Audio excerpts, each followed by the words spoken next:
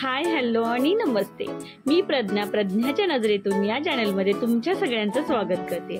आज आहे माझ्या प्रिन्सेसचा सेकंड बर्थडे, पण आम्ही ठरवलं होतं काहीतरी वेगळं करायचं, ज्यांना कोणी नाही त्यांच्या सोबत बर्थडे सेलिब्रेट करायचं। मग काय, आम्ही गेलो एका अनाथ आश्रममध्ये। तिथं खूप सुंदर सुंदर मुलं होती। खरंच त्यांना पाहून माझ्या चेहऱ्यावर नाही तर आमच्या सगळ्यांच्या चेहऱ्यावरती खूप आनंद आला होता। एक तेजमय वातावरण असं वाटत होतं तिथं गेल्यानंतर। आम्ही त्या मुलांच्या सोबत बर्थडे सेलिब्रेट केला। त्यांनी सादित्यासाठी गाणं गायलं।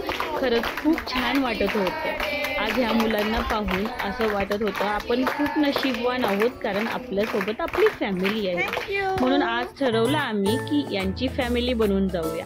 त्यांच्यासाठी आम्ही छान फ्रूट्स, व्हेजिटेबल्स, तसंच स्वीट्स, केक अशा वेगवेगळ्या गोष्टी घेऊन गेलो होतो। त्या मुलांना ते पाहून खूपच आनंद झाला होता। असं म्हणणार नाही त्यांना मिळत नाही, त्यांना खूप छान पद्धतीचं जेवण मिळतं, फ्रूट्स मिळतात, सगळं मिळतं, पण आपल्या परीनं काहीतरी करायचं म्हणून आम्ही गेलो होतो। आम्ही पहिल्यांदाच जाणार होतो, त्यामुळे एवढी काही आयडिया नव्हती। त्यांच्या सरांशी आम्ही कॉन्टॅक्ट केला होता। ते म्हटले होते की फ्रूट्स घेऊन या, स्वीट्स घेऊन या, म्हणून आम्ही तेवढंच घेऊन गेलो होतो। नेक्स्ट टाइम ह्याच्यापेक्षा चांगलं काहीतरी करू, पण बर्थडे मात्र आता यांच्यासोबतच सेलिब्रेट करू।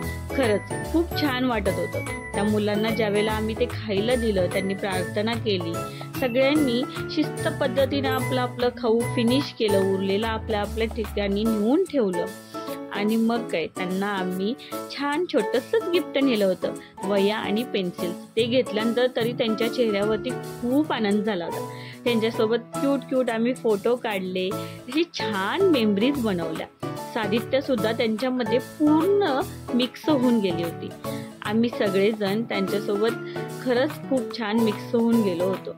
मग तिथून कार्यक्रम आवरून आम्ही बाहेर आलो, हॉटेलला गेलो, हॉटेलला जेवण केलं।